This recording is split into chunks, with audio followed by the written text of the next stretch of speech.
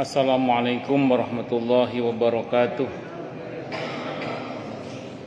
Bismillahirrahmanirrahim. Alhamdulillahi rabbil alamin.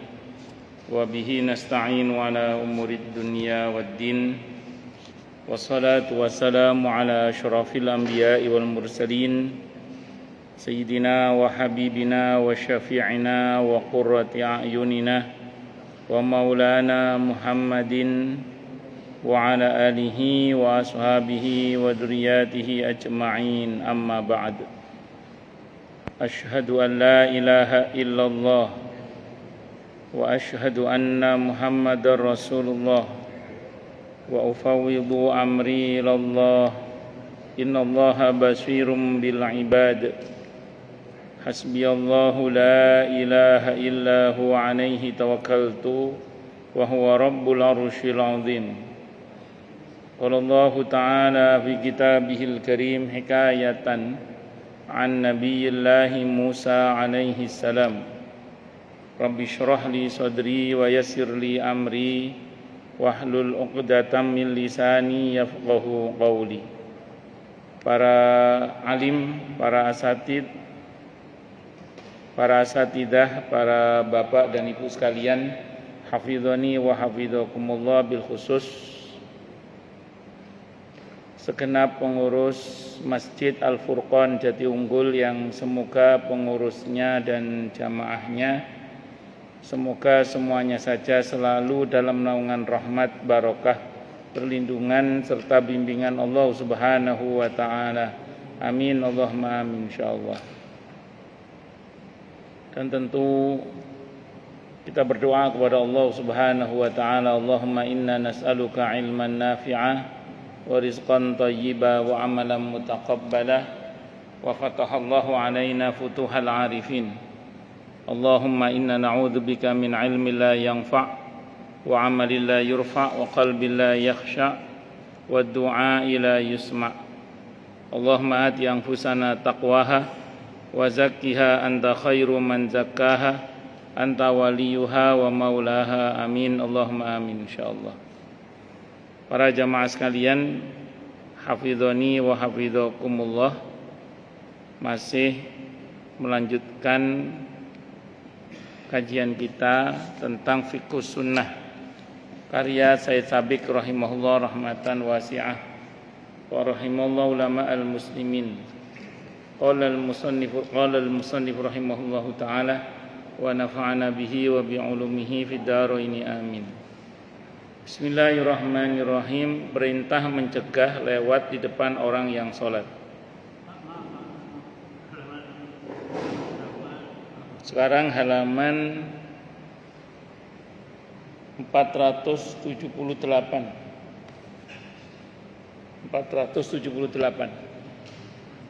Bagian 6 nih we. Apabila seorang telah menggunakan tabir pembatas, ia diperintahkan untuk mencegah siapapun yang lewat di depannya, baik itu manusia apalagi hewan. Adapun jika yang lewat itu jauh dari daerah tabir pembatas, maka tidak perlu dicegah sebab hal itu tidak bermasalah. Jadi kalau jenengan sholat pasang tabir depannya, orang yang melintas di antara jenengan dan tabir itu, kalau jenengan pasang tabir wajib mencegah gini. Tidak boleh dicegah begini. Tapi kalau dia lewat di depan tabir, tidak usah dicegah, nggak apa-apa.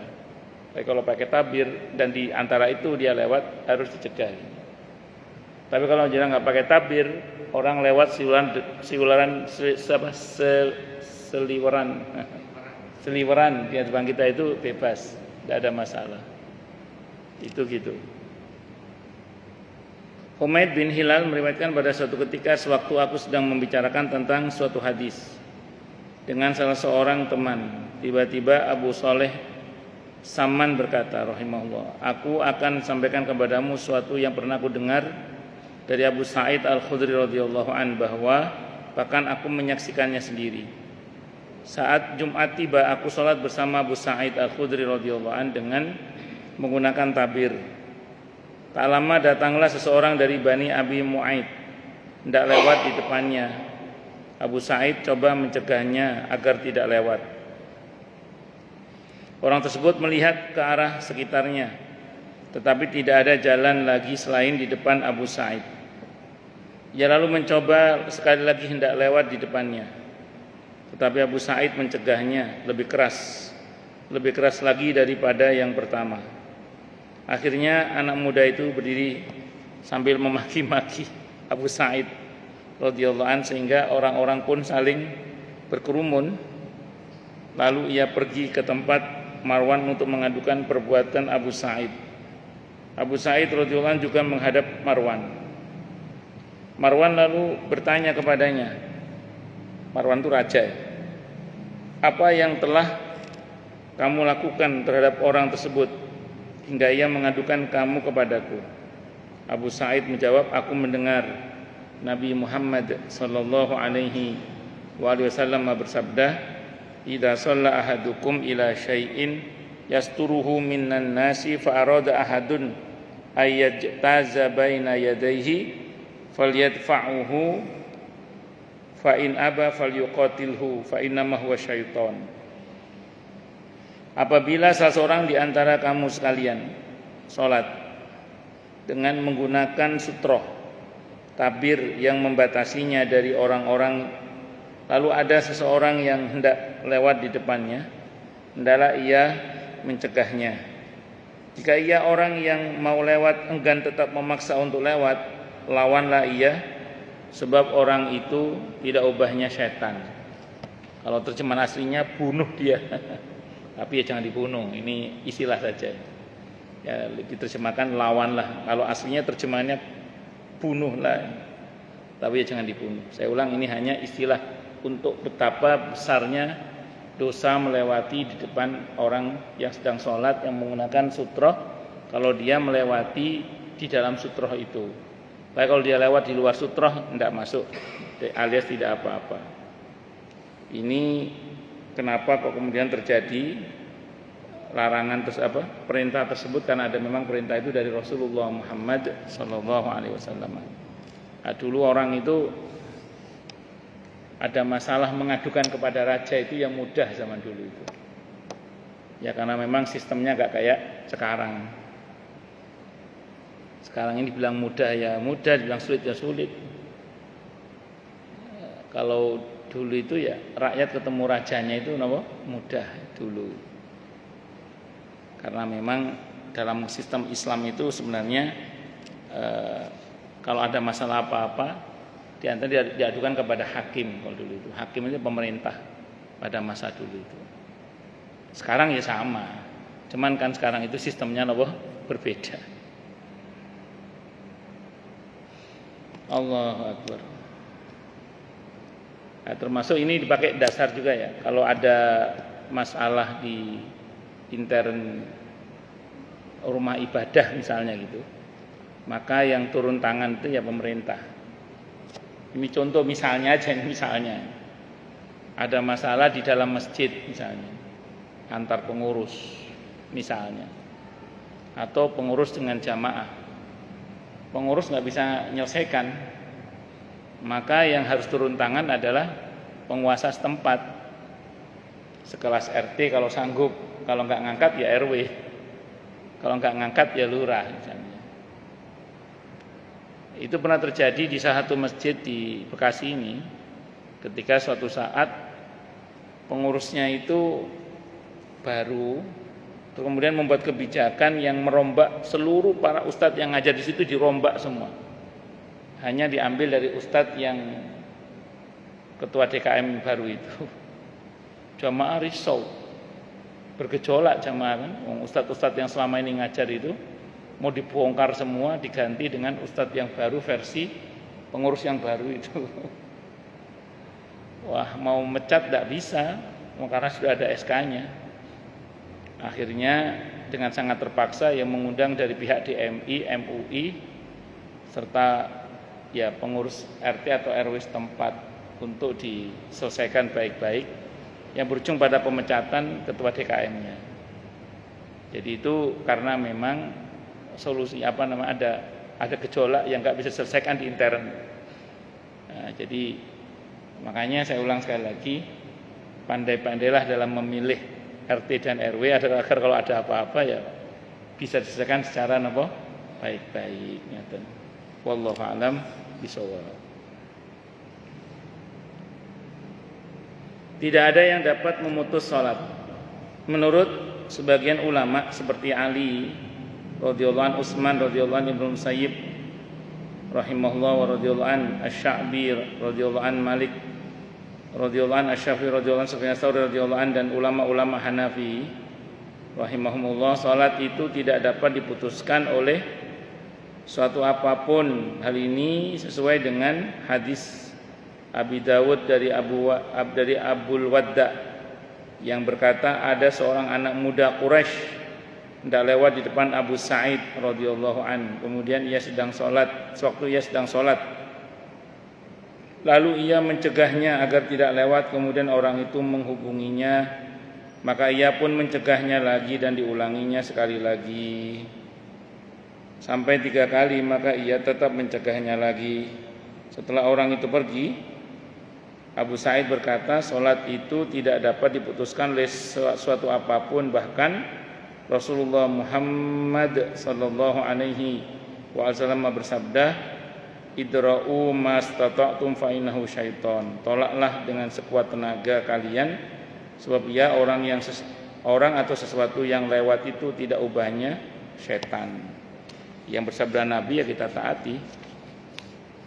Itu kalau kita pasang sutro ya. Kalau kita nggak pasang sutro, kita nggak punya hak mencegah ya. Begitu kita punya hak mencegah kalau kita pasang apa tadi? Sutro. Kalau kita nggak pasang sutro, kita nggak punya hak untuk mencegah. Itu rumusnya itu. Memasang sutro itu hukumnya apa kemarin? Sunnah, bukan wajib tapi sunnah. Allahu Akbar. Selanjutnya bab yang ke-13 yang dibolehkan ketika sholat. Jadi kalau di fikih sunnah saya sabik ini, kurikulum sholat itu ada 6 ya. Ada 6 syarat sahnya sholat, rukun-rukunnya sholat, yang membatalkan sholat, yang disunnahkan dalam sholat, yang dimakruhkan dalam sholat, dan yang dibolehkan di dalam sholat.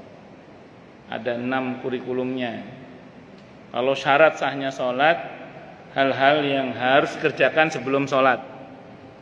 Kalau rukun-rukunnya sholat, hal-hal yang harus dikerjakan di dalam sholat.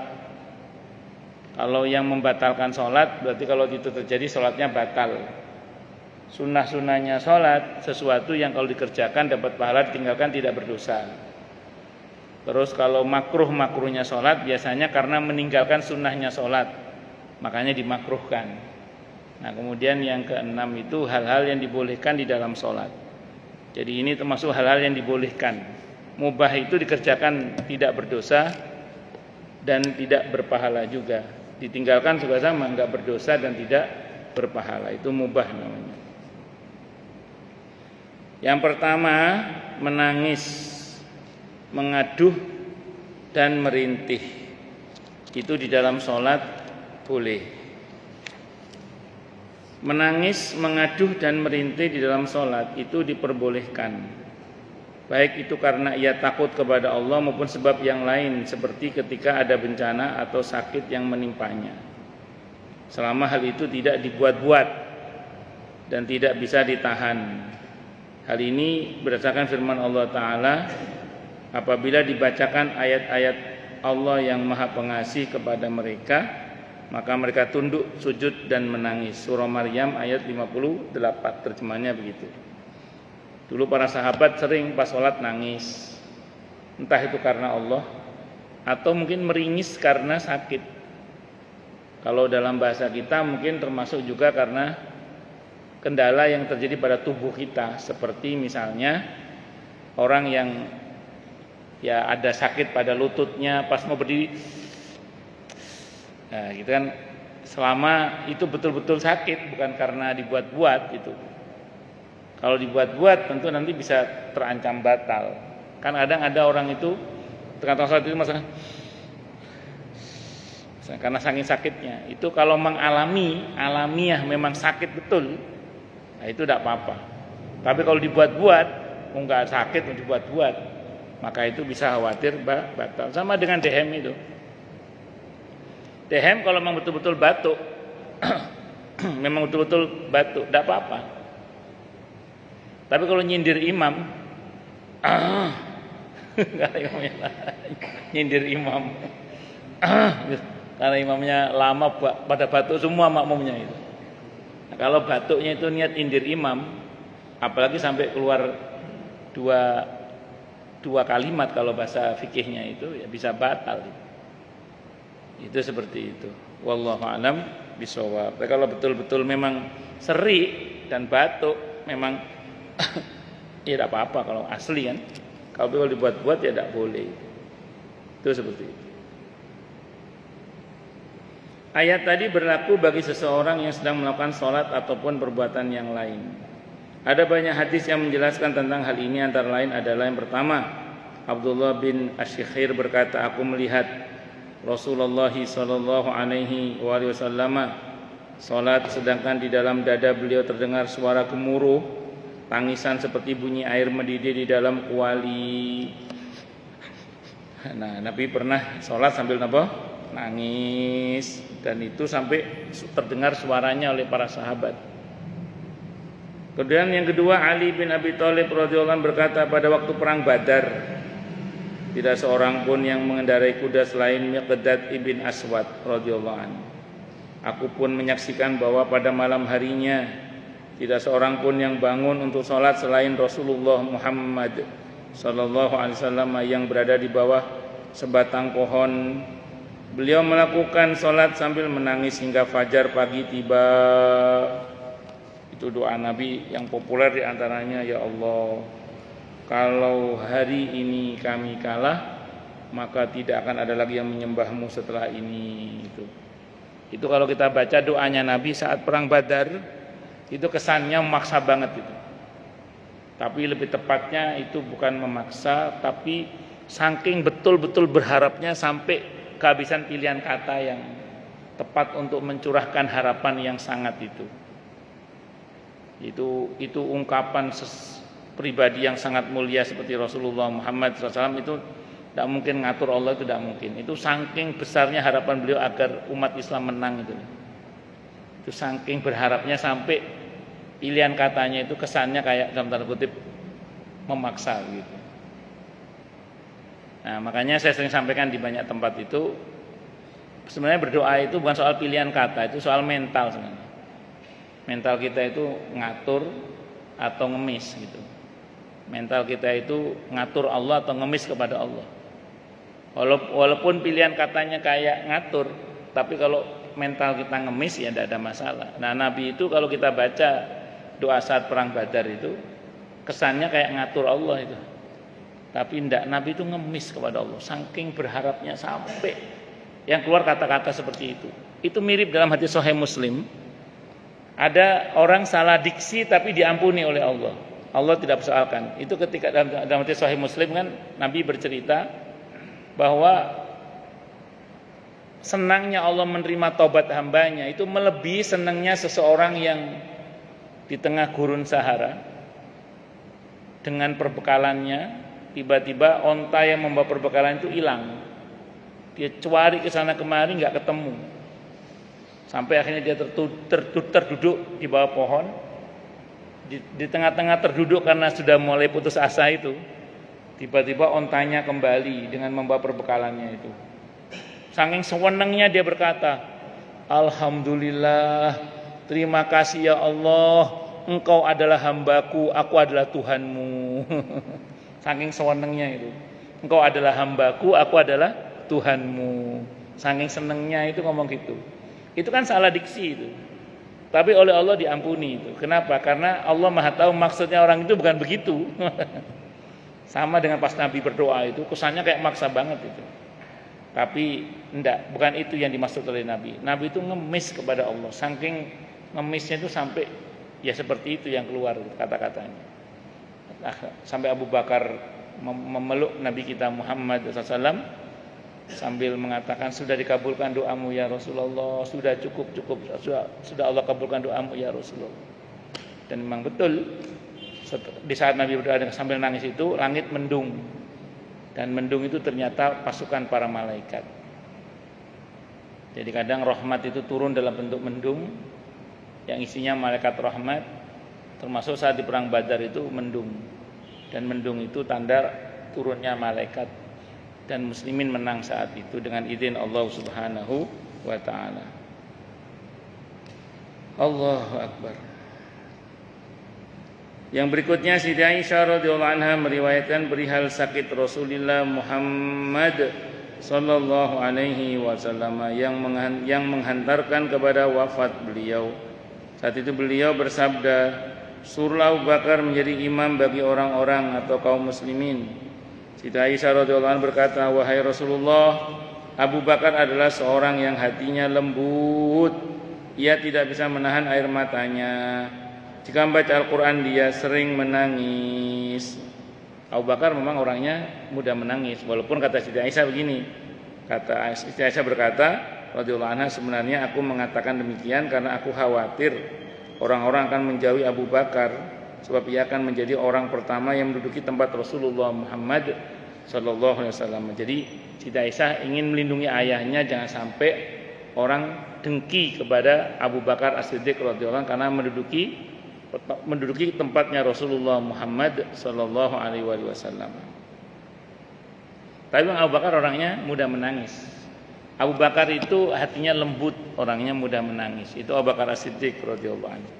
Meskipun demikian beliau tetap bersabda, "Suruhlah Abu Bakar menjadi imam bagi orang-orang kaum muslimin. Sungguhnya kamu ini seperti teman Yusuf." Ini istilahnya Nabi untuk Siti Aisyah. Di sini diterangkan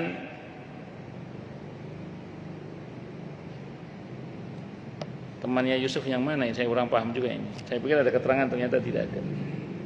Sikap Rasulullah Muhammad SAW yang tetap memerintahkan Abu Bakar untuk menjadi imam bagi orang-orang, padahal telah diberitahukan kepada beliau bahwa Abu Bakar radhiyallahu anhu selalu menangis di dalam salat. Ya, hal ini menunjukkan bahwa menangis dalam salat itu hukumnya boleh. Jadi menangis dalam salat hukumnya apa? Boleh. Termasuk ketika nangisnya itu bersuara.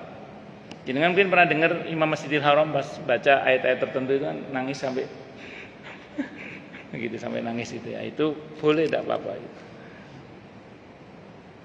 Umar bin Al-Khattab radhiyallahu anhu juga pernah menangis ketika sholat subuh. Pada saat itu Umar membaca surah Yusuf. Ketika sampai pada bacaan yang artinya hanya kepada Allah aku mengadukan kesusahan dan kesedihanku, innama ashku basti wa huzni ilallah. Terdengarlah suara tangisannya yang keras. Itu cerita tentang Nabi Yakub alaihissalam yang kehilangan Nabi Yusuf alaihissalam. Ketika itu beliau menyampaikan kesedihannya kepada kerabatnya, tapi kerabatnya itu meremehkan beliau. Ketika beliau mengatakan, "Aku mencium baunya Yusuf." Kamu itu ngomong apa tuh? Tidak ada Yusuf ini. Tapi kemudian beliau mengatakan, karena beliau digitukan sama saudaranya itu, beliau mengatakan, "Ya wis, innama ashku basti wa huzni ilallah." Sejak itu beliau hanya mengadukan semuanya kepada Allah. Loh, berarti Nabi Yakub pernah salah. Nabi itu semuanya pernah salah supaya tidak dituhankan. Dan dari kesalahan para nabi itu banyak pelajaran, termasuk dalam kisah Nabi Yusuf itu. Pertama begini ya. Pertama yang berkaitan dengan Nabi Yakub terutama dalam hal ini, itu berkaitan dengan sikap seorang ayah kepada anak. Tidak boleh beda. Nabi Yakub itu nggak bisa menutupi kecintaannya kepada Nabi Yusuf, sehingga beliau perlakuan berbeda. Nah, di sini menimbulkan kecemburuan bagi putra-putra Nabi Yakub alaihissalam, sehingga Allah tegur dengan kejadian yang cukup menghebohkan di dalam surah Yusuf itu. Makanya kita ini kepada anak-anak kita harus memperlakukan sama, baik yang baik maupun yang buruk. Bahwa kemudian ada proses pendidikan itu, kemudian kita bersikap berbeda dalam pola pendidikan karena pola anak itu juga berbeda, itu beda bab. Tapi dari segi perlakuan, sikap secara umum harus sama.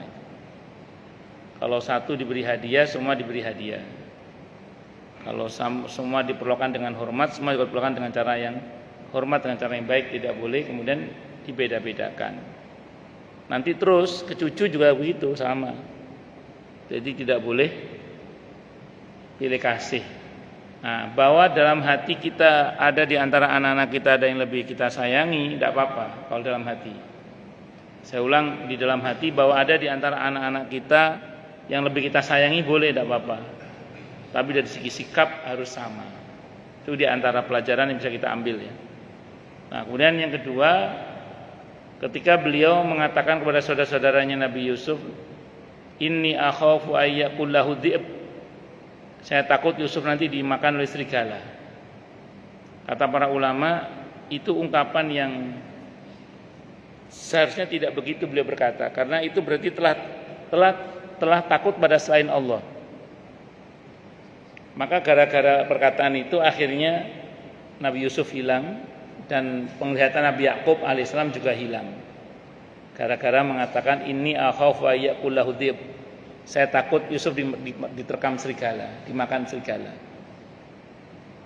Nah, sampai kemudian beliau mengatakan innama ashku basti wa huzni ilallah, aku adukan kesedihanku hanya kepada Allah.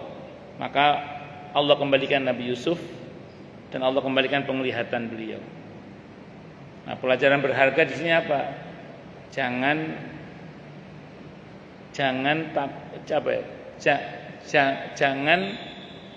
tidak bergantung hanya kepada Allah gitu. Berarti harus bergantung hanya kepada Allah. Dan tidak boleh takut kepada makhluk dalam hal ini. Nah, saya ulang, dari kesalahan Nabi Yakub alaihissalam itu kita bisa mengambil banyak pelajaran. Walaupun para nabi itu walaupun kalau salah itu ya tidak berdosa sebenarnya. Karena para nabi itu maksum, terhindar dari dosa. Dan kesalahan para nabi itu adalah kesalahan yang umumnya manusia mengalami itu. Sehingga tidak menjatuhkan kehormatannya. Ya lumrah lah seorang ayah lebih sayang pada satu anaknya, itu lumrah itu. Lumrah bahwa orang tua mengkhawatirkan anaknya, itu lumrah itu. Tapi ketika itu tidak dikaitkan dengan Allah, itu menjadi sebuah kesalahan misalnya. Ketika itu ada sikap yang berlebihan, itu menjadi masalah kemudian. Nah, ini diantara pelajaran bisa kita ambil. Saya ulang, tentu Nabi Yakub alaihissalam Nabi yang sangat mulia, yang semua kesalahannya tidak menyebabkan beliau berdosa, dan kesalahan beliau pada akhirnya menjadi benar. Para nabi itu kesalahannya ujungnya menjadi benar. Itu para nabi itu. Beda dengan kita, kalau salah aja dan sampai mati ya salah aja. Nah, kalau para nabi ujungnya benar. Jadi kesalahannya ujungnya diluruskan oleh Allah menjadi benar kemudian. Nah, itu terjadi termasuk kepada Nabi kita Muhammad SAW. Nah, terus satu hal lagi yang prinsip, semua kesalahan para nabi itu bukan berdasar karena niat durhaka kepada Allah, enggak ada. Para nabi itu kesalahannya pure murni karena Allah yang membuat beliau bersalah supaya tidak dituhankan, itu aja. Jadi enggak ada para nabi itu salah karena niat durhaka sama Allah, itu enggak ada. Jadi yang ada kesalahan yang pure murni skenario oleh Allah supaya kemudian tidak dituhankan. Beda dengan kita. Kalau kita ini ya sebagian kita lah itu umumnya kalau berbuat salah itu ya niatnya memang nuruti hawa nafsu. Nuruti apa? Hawa nafsu. Kalau para nabi enggak, bukan. Ya nuruti omongan setan itu kalau kita. Kalau para nabi itu umumnya tidak. Nah, itu Nabi Adam bukan nuruti omongan setan. Nabi Adam itu salah ijtihad. Beliau mengira iblis yang bersumpah atas nama Allah itu enggak akan berani bohong atas nama Allah. Ternyata berani. Itu namanya salah ijtihad, bukan salah maksiat, salah ijtihad namanya. Pun lanjut. Terus apa? Enggak, salah duga atau salah ijtihad itu kalau bahasanya para ulama itu. Kan kesalahan orang baik itu menganggap semua orang baik kayak dia gitu. Nabi Adam itu tidak bisa membayangkan kalau ada orang berani bohong atas nama Allah. Karena beliau mengukur dirinya, mengukur diri beliau. Ternyata ada yang berani bohong atas nama Allah, ya iblis itu. Itu seperti itu. Oh, lanjut. Perbuatan Sayyidina Umar radhiyallahu anhu ini, yakni menangis dengan suara keras, cukup sebagai bantahan terhadap orang-orang yang mengatakan bahwa menangis dalam sholat itu akan membatalkan sholat jika suara tangisannya sampai terdengar walaupun hanya 2 huruf, baik karena adanya perasaan takut kepada Allah maupun karena sebab lain. Adapun alasan mereka bahwa jika tangisan itu terdengar sampai 2 huruf batallah sholatnya karena dianggap sebagai sebuah pembicaraan, alasan ini sama sekali tidak bisa diterima sebab menangis dan berbicara itu 2 hal yang berbeda. Ya kalau yang saya tahu sih kalau betul-betul nangis sih nggak apa-apa, termasuk dengan suaranya itu. Terus kemudian yang kedua, termasuk yang boleh adalah menoleh ketika sedang sholat. Menoleh ketika sedang sholat. Tapi kalau untuk sholat fardu tidak dianjurkan. Kalau terpaksa di sholat sunnah, dan ini termasuk yang saya ulang, untuk sholat fardu tidak dianjurkan. Kalau untuk sholat sunnah itu kalau terpaksa harus menoleh, kerjakan di dalam sholat sunnah. Sengaja maupun nggak sengaja, selama tidak merubah ini. Contoh gini, kan ini menghadap ke arah kiblat. Dengan misalnya ya, sholat ini noleh gini, sengaja noleh gini, atau noleh ke sana, atau sholat, itu sah sholatnya tetap. Saya nggak ngomong baik atau tidak baik, sah sholatnya. Nah, namun kalau sampai nolehnya begini, merubah ini,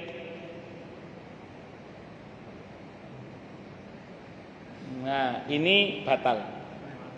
Kenapa batal? Karena telah merubah badan dari menghadap ke arah kiblat. Padahal menghadap ke arah kiblat itu termasuk syarat sahnya sholat. Itu maksudnya. Jadi kalau nolehnya sampai begini bisa batal. Sampai begini. Karena sudah tidak menghadap ke arah kiblat. Tapi kalau cuma kepala aja sah, tidak ada masalah. Secara hukum boleh. Cuman untuk sholat fardu sangat tidak dianjurkan. Kalau terpaksa boleh di dalam sholat sunnah. Matan nggih. Dibolehkan menoleh ke kiri atau kanan ketika sholat apabila memang ada keperluan yang diperbolehkan syariat. Berdasarkan hadis-hadis berikut ini, Ibnu Abbas radhiyallahu anhu berkata bahwa ketika sholat Nabi Muhammad sallallahu alaihi wasallam menoleh ke kanan dan atau ke kiri, tetapi tidak sampai memutar leher ke belakang. Abu Dawud berkata bahwa ketika sholat Nabi Muhammad SAW menoleh ke arah jalan di kaki bukit. Abu Dawud berkata beliau mengirim seorang berkuda ke sebuah bukit di waktu malam untuk mengadakan penjagaan. Berikutnya Anas bin Sirin radhiyallahu anhu berkata, aku melihat Anas bin Malik radhiyallahu anhu mengarahkan pandangannya untuk melihat suatu padahal ia sedang sholat. Hanya saja jika menoleh itu bukan karena ada sebab atau kepentingan, hukumnya adalah makruh karena dapat menghalangi kekhusyuan dan perhatian saat bermunajat kepada Allah. Jadi kalau nggak ada keperluan bisa makruh, tapi kalau ada keperluan boleh. Itu seperti itu. Jadi saya ulang, kalau tidak ada keperluan apa makruh, berarti sebaiknya jangan. Tapi kalau ada keperluan boleh, tidak apa-apa. Tapi nolehnya tidak sampai tadi ke belakang. Kalau ke belakang berarti kan sampai. Nah, itu nggak sampai begitu. Biasa aja noleh. Siti Aisyah radhiyallahu anha berkata bahwa ia bertanya kepada Rasulullah Muhammad SAW perihal menoleh dalam salat, maka beliau bersabda, "Ikhtilasun yakhtalisuhu syaitan min salatil abdi." Itu adalah pencurian yang dilakukan oleh syaitan terhadap salat seorang hamba. Gampangan itu godaan syaitan lah. Abu Darda radhiyallahu anhu berkata bahwa Nabi Muhammad SAW bersabda, "Ya ayyuhan nasu iyyakum wal iltifata fa innahu la salata lil mutafiti fa in ghulibtum fit tatawwu fala tughlabunna fil fardhah." Wahai sekalian manusia, janganlah kalian menoleh ketika sedang salat, sebab tidaklah sempurna salat seseorang yang menoleh ketika sedang salat. Jika kalian tidak dapat meninggalkan perbuatan itu menoleh di waktu salat sunnah, jika kalian tidak dapat meninggalkan perbuatan itu menoleh di waktu salat sunnah, janganlah kalian sampai melakukannya di waktu salat fardu. Ya, ada orang kerjaannya memang kalau salat sukanya noleh. Nah, itu kalau memang terpaksa Di sholat sunnah boleh lah, tapi sholat fardu jangan kalau bisa. Kira-kira gitu. Itu penekanannya di situ. Dan ini menunjukkan bahwa fikih itu realistis ya. Fikih itu realistis. Kan idealnya sholat itu melihat ke tempat sujud. Tempat sujud. Idealnya. Tapi kalau memang ada hajat, ada perlu, boleh. Maaf ya, misalnya ada anak kecil kok mau berbuat sesuatu yang berbahaya, itu bahkan tidak hanya noleh.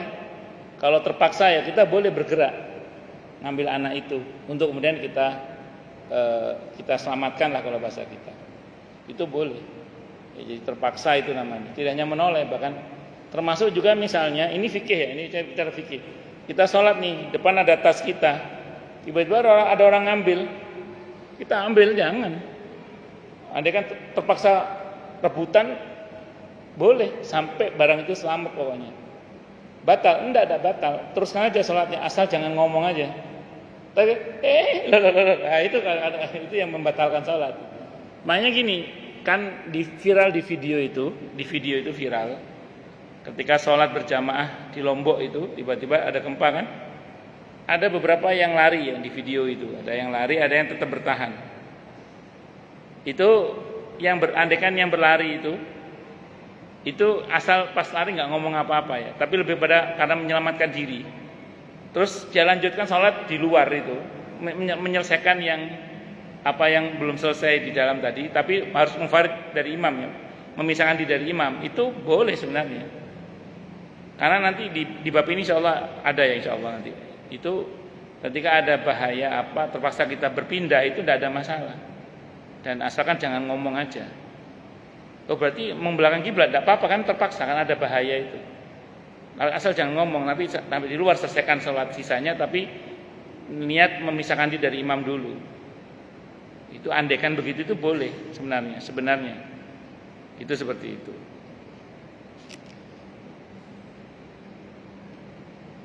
Termasuk pas di tengah-tengah sholat tiba-tiba HP bunyi, jamaah lagi. Ringtone-nya dangdut koplo.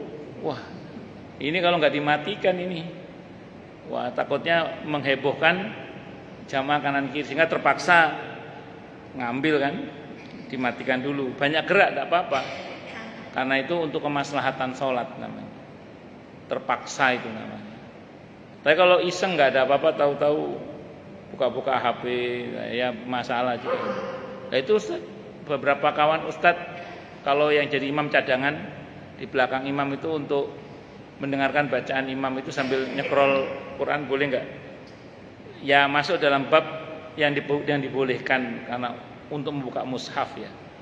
Cuman memang tidak dianjurkan, itu aja sih. Wallahu a'lam bishawab. Tapi boleh tapi.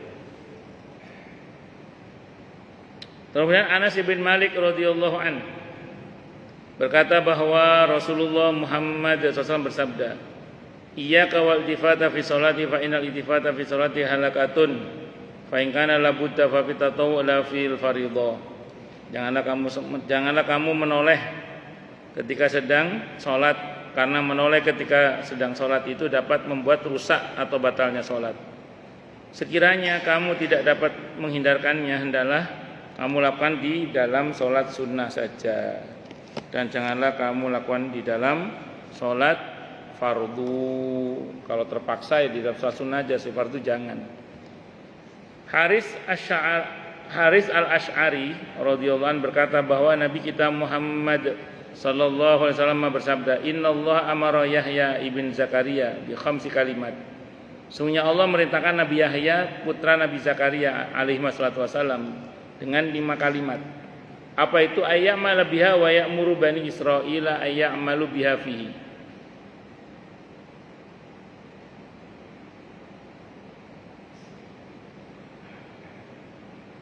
Dan Allah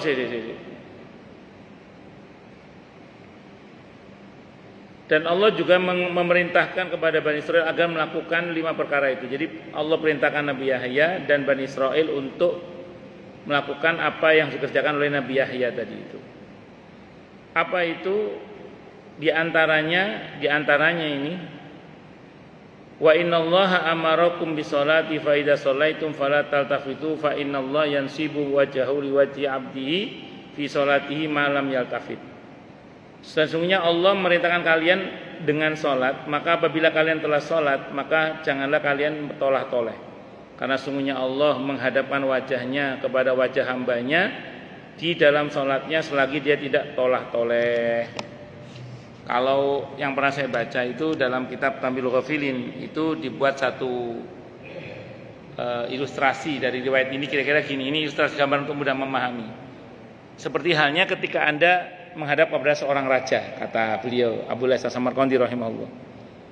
Begitu raja menghadap kepada Anda, ya ada apa Pak? Misalnya Pak Sudiro menghadap ke saya sebagai seorang raja misalnya.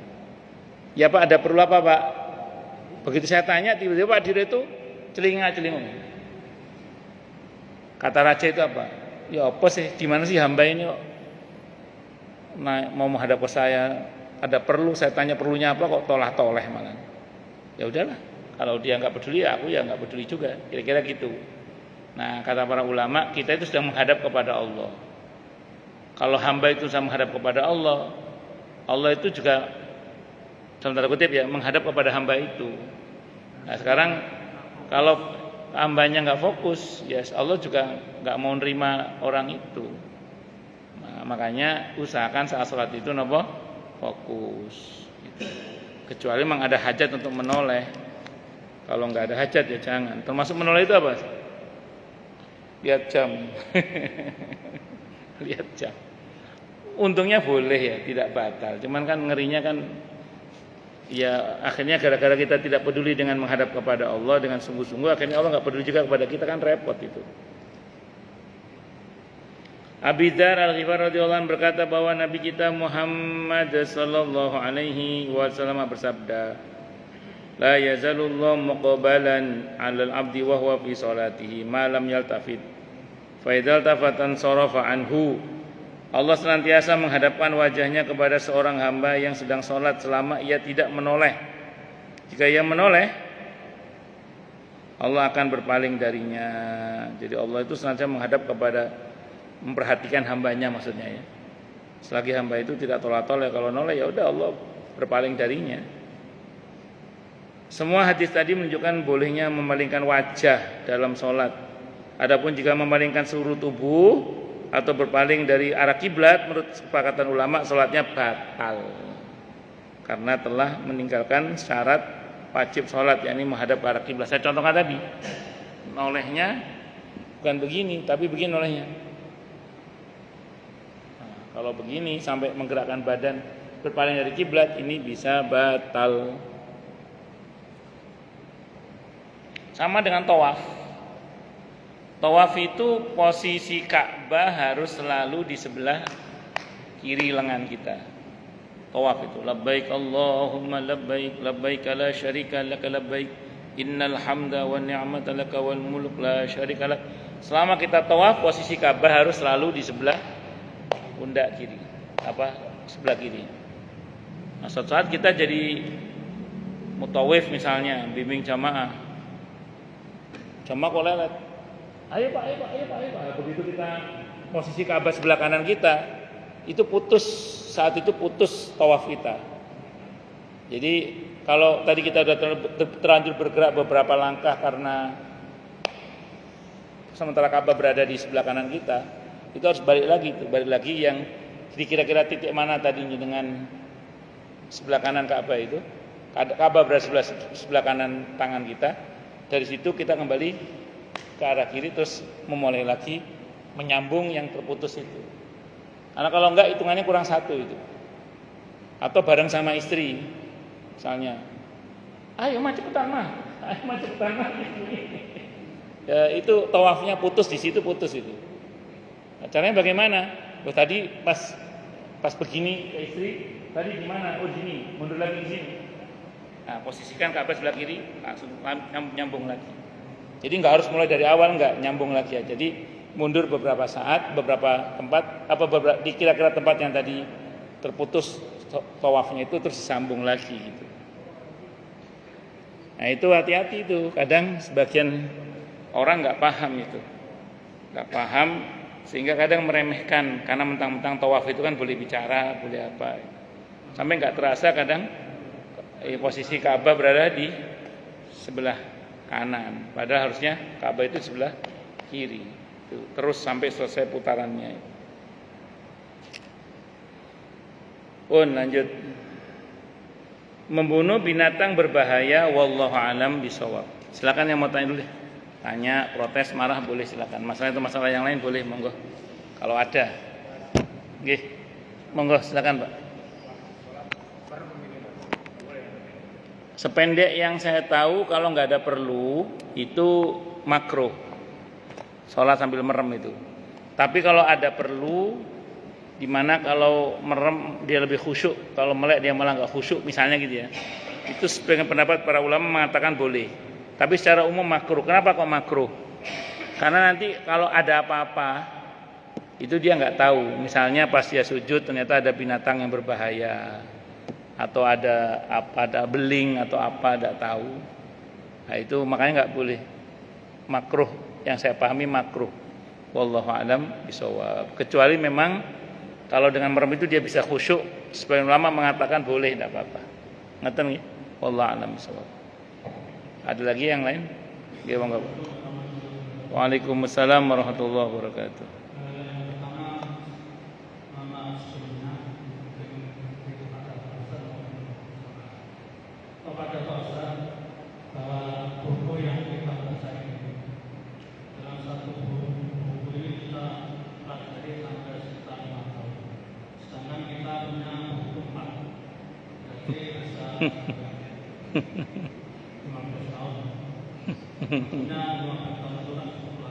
Dua 20 tahun.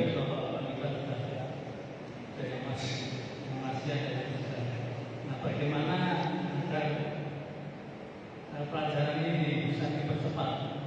Mungkin Pak Ustadz bisa punya solusi. Tentunya tidak harus sekarang, mungkin Pak Ustadz bisa dipelajari bagaimana agar ini cepat bisa tuntas, sehingga buku ini bisa kita resapi atau kita pelajari semuanya. Pada jamaah sebelumnya maaf bahwa sekarang ini kayaknya jarang sekali yang buka-buka, sedangkan hampir semuanya jamaah kan punya semua. Nah, bagaimana kalau setelah ada pelajaran ini kita bahas.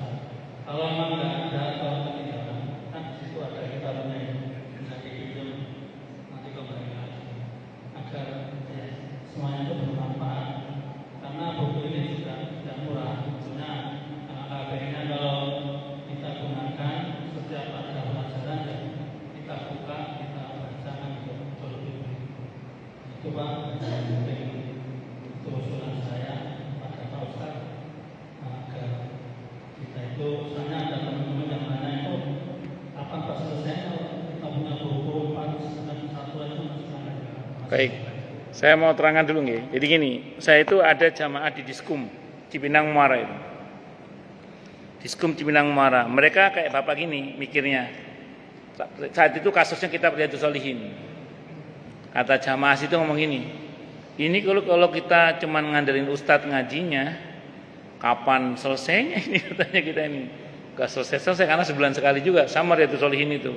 Kayak yang kita ini kan lama juga. Akhirnya bapak-bapak itu punya inisiatif, bapak-bapak itu. Jadi setiap subuh bapak-bapak itu tidak hanya halaqah Quran tapi halaqah hadis. Baca, dibaca. Nanti kalau ada yang muskil tanyakan ke ustadznya. Jadi ketika dari ustadznya baru bab apa, bacaan mereka udah bab apa gitu. Sehingga nanti kalau ada yang muskil ditanyakan. Nah kalau berkenan panjenengan bikin halaqah, kan sekarang udah bab apa ini, baca aja dulu, baca. Nanti siapa yang merasa ada kemuskilan itu ditulis saja, nanti tanyakan ke saya, nanti kita jawab bareng-bareng di sini insyaallah. Nanti bisa jadi kita masih bab sholat, tapi bapak-bapak bacanya udah bab nikah misalnya gitu. Nah itu udah apa-apa. Atau kita baru bab sholat, bapak-bapak udah bab haji misalnya, udah apa-apa. Nanti mungkin dari bacaan yang kita baca itu ada yang muskil, monggo silahkan. Kalau mau tiru-tiru bapak-bapak di Diskum Cipinang Muara. Jadi mereka sudah bab jauh, ustadznya masih bab berapa, tapi nanti yang muskil itu ditanyakan kepada ustadznya. Itu satu dulu nggih, satu dulu. Yang kedua, kalau ibu-ibu di Pondok Kopi, ngaji ini juga sama di Pondok Kopi ibu-ibu. Kalau ibu kan kadang asal ngomong aja kan. Pak Ustadz, bosen lompat langsung bab ini. Oke. Jadi monggo kalau nanti jenengan request, Ustadz kayaknya ini kita perlu bab tentang muamalah ini, tentang jual beli, tentang sewa menyewa, tentang monggo. Oh ini perlu bab tentang pernikahan, monggo. Ini musim bulan haji Ustadz, bab haji, monggo. Saya siap insyaallah nonton. Jadi ada yang model gitu Pak, yang di Pondok Kopi itu ibu-ibu. Ustadz masuk dari kemarin bab cerai terus sekarang lompatlah bab apa gitu. Ada begitu tuh ada. Itu. Nah, yang terakhir itu memang tidak semua dibaca karena memang kadang kalau ngaji kitab berurut itu memang harus sabar. Makanya ada beberapa yang kemudian mengusulkan untuk tematik. Nah, monggo, tidak apa-apa kalau mau disusun tematiknya, monggo silakan. Saya kan ngajar di kantor Muhammadiyah di Bekasi Timur itu. Pengurus yang sebelum-sebelumnya itu kajiannya berurutan aja dari Al-Baqarah. Nah, itu saya ngajar itu 10 tahun lebih kali itu. Itu baru surah apa gitu. Karena kan memang berurutan. Nah, pengurus yang sekarang itu tematik. Jadi beliau-beliau itu yang sekarang ini mengusulkan kita tetap kajian tafsir tapi coraknya fikih tematik itu nanti. Ya monggo, saya bilang nggak ada masalah. Saya oke-oke aja, monggo. Nggih, jadi kalau berurut memang ngoten Pak Diro nggih.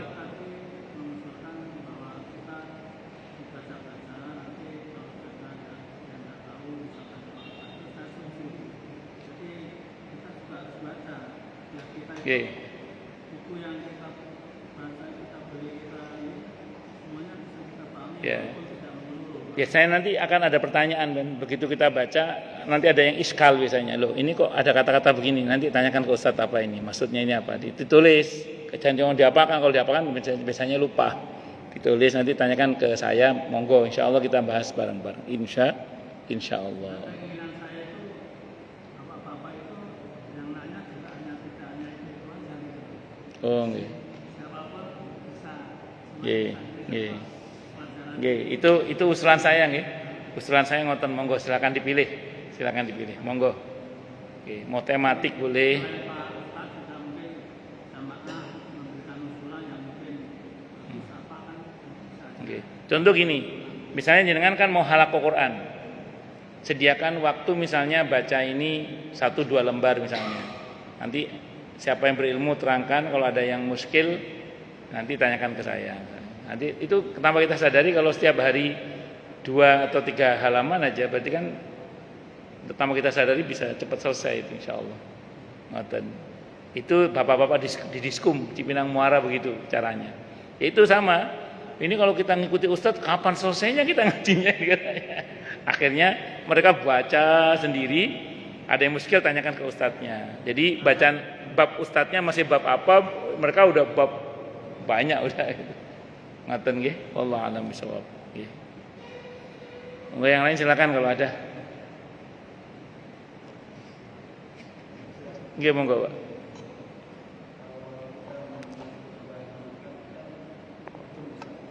Terus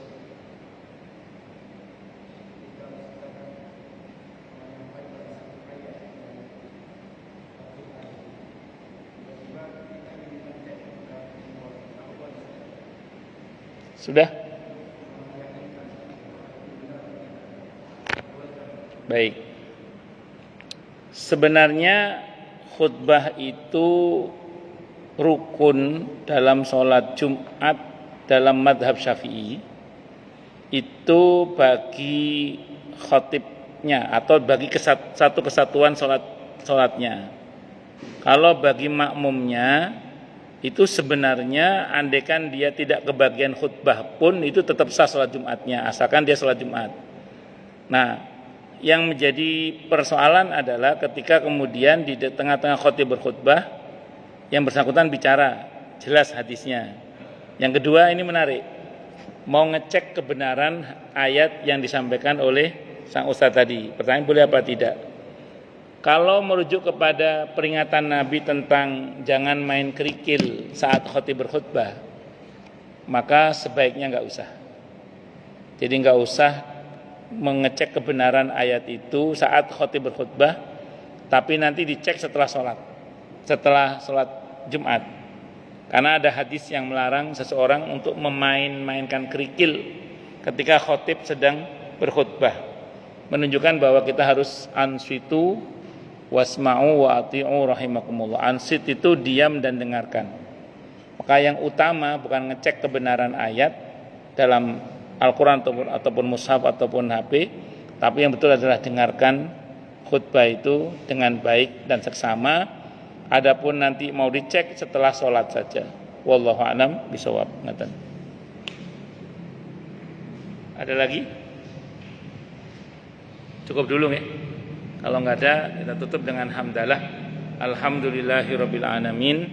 Semoga kajian kita bisa bermanfaat, mubarakah fi dini wa dunya wal akhirah untuk kita, keluarga kita dan seluruh umat Islam semuanya, dan mudah-mudahan kita semua dijadikan oleh Allah sebagai orang-orang yang sukses dunia akhirat, selamat dunia akhirat, bahagia dunia akhirat, dan dipermudah urusan kita oleh Allah fi dini wa dunya wal akhirah.